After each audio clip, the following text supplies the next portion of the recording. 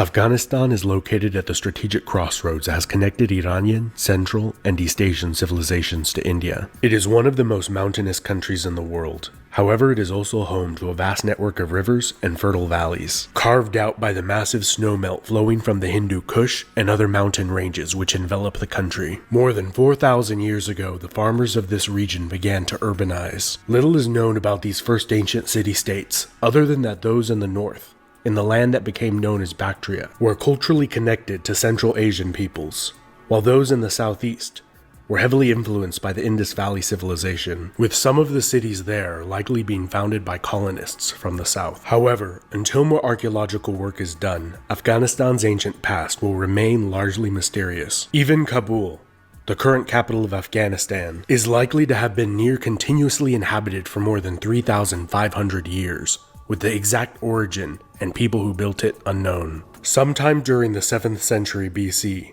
the Medes, a northern Iranian people, were the first to conquer and unite this land under their rule, which lasted approximately a little over a century. They were overthrown by the closely related Achaemenid Persians, who divided the empire up into satrapies, or provinces. By the time of the conquests of Alexander the Great, Persian people, language, culture, and religion were prevalent in what is now Afghanistan, with sizable Buddhist and Greek minorities who the Persians had resettled from their western provinces in the preceding centuries. Alexander faced some of the most formidable resistance of his conquests in Bactria, which is likely the primary reason he married the Bactrian princess Roxana, with whom he had a son, also named Alexander, which secured the allegiance of much of the Bactrian nobility and people, and access to India through the strategically important Khyber Pass. Alexander also founded several Greek colonies in the region that later became important political, commercial, and military centers. The Macedonian general Seleucus and his descendants ruled over much of the eastern portion of Alexander's empire in the years following his death at the age of 32. Control over Bactria and the Indus River Valley was tenuous at best. Before 300 BC, much of this territory had been lost to the Indian Mauryan Empire of Chandragupta. In the peace that followed the war between the two empires, Chandragupta married Seleucus's daughter and gifted his father-in-law 500 trained war elephants, which he used to great effect in his wars in the west. Not long after, the Greek cities of Bactria overthrew Seleucid rule, establishing a wealthy kingdom that controlled much of the land trade to and from China and India. They were able to withstand a major Seleucid invasion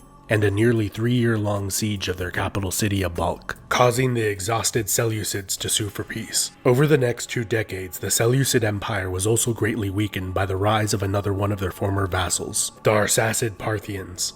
In the southeast, the Mauryan Empire collapsed. The Greco-Bactrians were then able to effectively fill much of the power vacuum left by these two empires, but their success was halted by internal division. As much of the army was in India, expanding Greco-Bactrian territory, the king was overthrown by a usurper, splitting the empire into 2 kingdoms, which both experienced several decades of relative stability and prosperity, and the flourishing of a culture that was a unique amalgamation of Greek, Iranian, Indian, and other Central Asian cultures. After the Greco-Bactrians suffered a series of severe military defeats by the Parthians, they were overrun by successive waves of nomadic invaders. The most powerful of these tribal confederations were the Uz and the Saka, or Scythians, who established control over the lower Indus Valley. The Uz settled in Bactria and largely assimilated with the local people over time. After the waves of nomadic invasions calmed down to some extent, the Parthians then conquered much of the east, up until the Indus River. The Parthian Arsacid dynasty was very hands-off in their style of governance, and were content as long as taxes were paid and men supplied to the army when needed. And as they became increasingly focused on halting Roman expansion into Mesopotamia, the Parthian noble family that had defeated the Scythians and had seized control over the Indus River seceded from the empire, establishing the Suren kingdom, or more commonly called the Indo-Parthian kingdom. And although they ceased to pay taxes, and their king claimed equal status to the Parthian great king, the two states appear to have been allies and deeply involved in each other's politics. In the north, the Greco-Bactrian people and Uz tribes formed the Kushan kingdom, and became an empire at the expense of the Parthians, and then expanded deep into Central Asia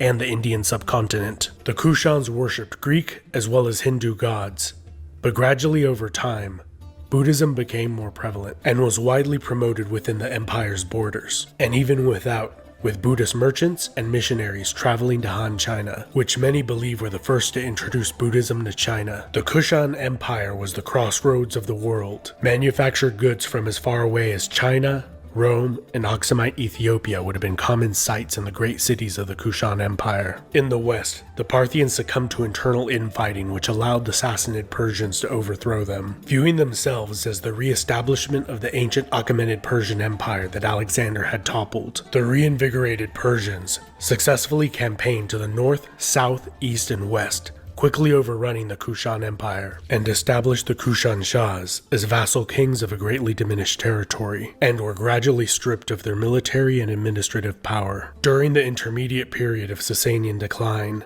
the nomadic Kidarites and then Hephthalites gained control over the eastern portion of the empire, and like the Yuezhi before them, they largely adopted much of the local culture before being reconquered by the Sasanians. It was during Sasanian rule that the first recorded instance of the term Afghan was made in reference to the people inhabiting the mountainous eastern provinces of the empire, and is likely derived from the Pashtun ethnic group, which is the largest in Afghanistan. By the time of this region's conquest by the Arab caliphates, Buddhism and the Persian Zoroastrian faith were the dominant religions in the land that proved difficult to control. Whenever a large Arab army left, the locals would rebel and revert to their ancient customs and self-rule. In the east, Kabul managed to remain an independent, wealthy city-state controlling trade through the Khyber Pass to India, ruled over by Buddhists and Hindus. It was not until the late 9th century that the Safavid dynasty, founded by a Persian coppersmith born in southwestern Afghanistan, successfully rebelled against the Abbasid Caliphate and firmly established local rule, that Afghans began to convert to Islam, which the dynasty widely promoted. The Safavids were overthrown by the Sassanid Empire, whose rulers claimed descent from the Sasanian Persians, and extensively promoted Persian culture and Islam throughout the empire. They made the mistake of utilizing Turkic slave soldiers, which in time overthrew them and established the Ghaznavid dynasty. Based out of the city of Ghazna in eastern Afghanistan, they continued the policies of promoting Islam and Persian culture, particularly among the nomadic Turkic tribes that were settled within the empire. The Ghaznavids were greatly weakened by conflict with the Seljuk Turk Empire, which allowed for their overthrow by the native Ghurid dynasty, which had recently converted from Buddhism to Islam, and were possibly of Pashtun descent. During the reign of Sultan Ghiyath al-Din Muhammad, the Ghurid Sultanate became a major world power, stretching from the Iranian plateau to Bengal in the east. However, after Ghiyath al-Din's death, the empire fell into infighting, and was rapidly conquered by both the Delhi Sultanate in India and the Empire of Khwarazm, both of Turkic Mamluk origin. Only 15 years after their conquest of the Ghurid Sultanate, Khwarazm was overrun by the Mongol Empire of Genghis Khan, who frequently massacred the populations of cities that did not immediately surrender. The Mongol Empire split into several successor states not long after their conquest of the region. The ilkhanate, as the name coincidentally implies, fell ill and was ravaged by the plague, wiping out much of the Mongol royal family and army. And as the ilkhanate fragmented into many small states, the Tajik vassal princes of Herat established a sizable kingdom for a short time. All of these small states were conquered by the Turco-Mongol warlord Tamerlane, who inflicted even greater slaughter and destruction throughout the Near East than the Mongols had done a few generations before. Timur frequently used Afghanistan as his base of operations, and his descendants moved the capital from Samarkand to Herat. The century following Timur's death began with peace and prosperity and ended with internal strife and civil war, with its territory being lost to the Uzbeks in the north, the Safavid Persians in the west, and in the southeast the emergent Mughal Empire, which would go on to conquer most of India, claiming descent from Timur and Genghis Khan. Throughout the 17th century,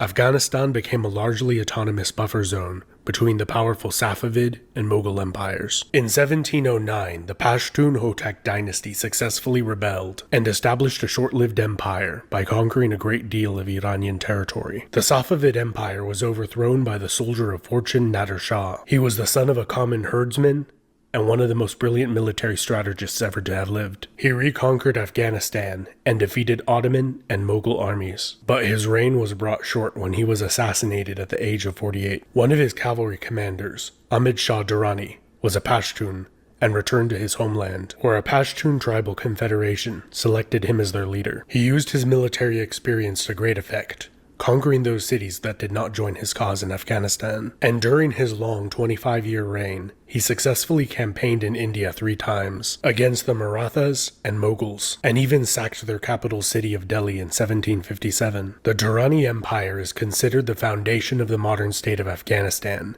and Ahmed Shah Durrani as the father of the nation. The empire declined after they were defeated by the Sikhs and driven out of the Indian subcontinent. However, the greatest factor influencing their decline may have been economic, as trade was cut off to China due to poor diplomatic relations, and the traffic along the ancient land trade routes connecting India, Iran, and Central Asia all but disappeared. This was due to the expansion of the Russian Empire into Central Asia and the dominance of the British East India Company over maritime trade, leaving Afghanistan in a more isolated state than it had been in over 2,000 years, but also a more unified one, with the majority of the country practicing the same religion, Sunni Islam, and the concept of a national Afghan identity became prevalent, regardless of tribal or ethnic affiliation. The Durrani were overthrown by Dost Muhammad Khan, who established the Emirate of Afghanistan. The British, who had largely gained control over India and its revenue, feared that the Russians would take Afghanistan and use it as a staging ground to take India from them. So to preempt the Russians,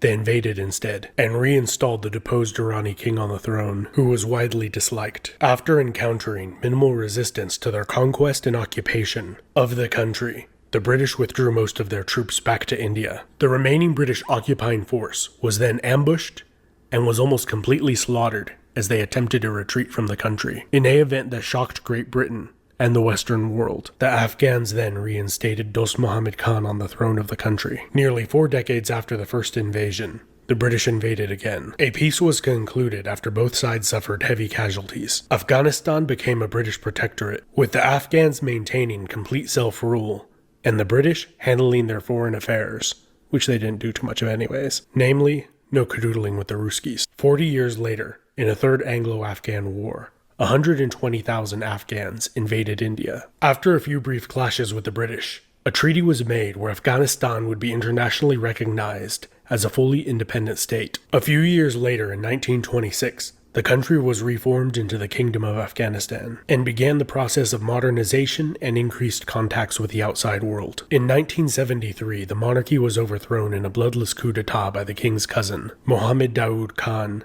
who became the president of a single-party republic, who further sought to modernize the country and received aid from the Soviet Union and the United States, who both tried to curry influence over the country. In 1978, Daoud and many of his family members were assassinated during a communist coup d'etat, establishing the Democratic Republic of Afghanistan. This Soviet-backed government pushed wide-ranging reforms that sought to modernize and abolish most traditional and religious societal structures. This caused widespread insurrection and Soviet involvement in a long war of attrition that nearly lasted 10 years, and caused millions of refugees to leave the country. A few years after the Soviet Union withdrew their forces, the Islamic State of Afghanistan overthrew the government and took over the cities, which was largely overthrown by the Islamic Emirate of Afghanistan in 1996, which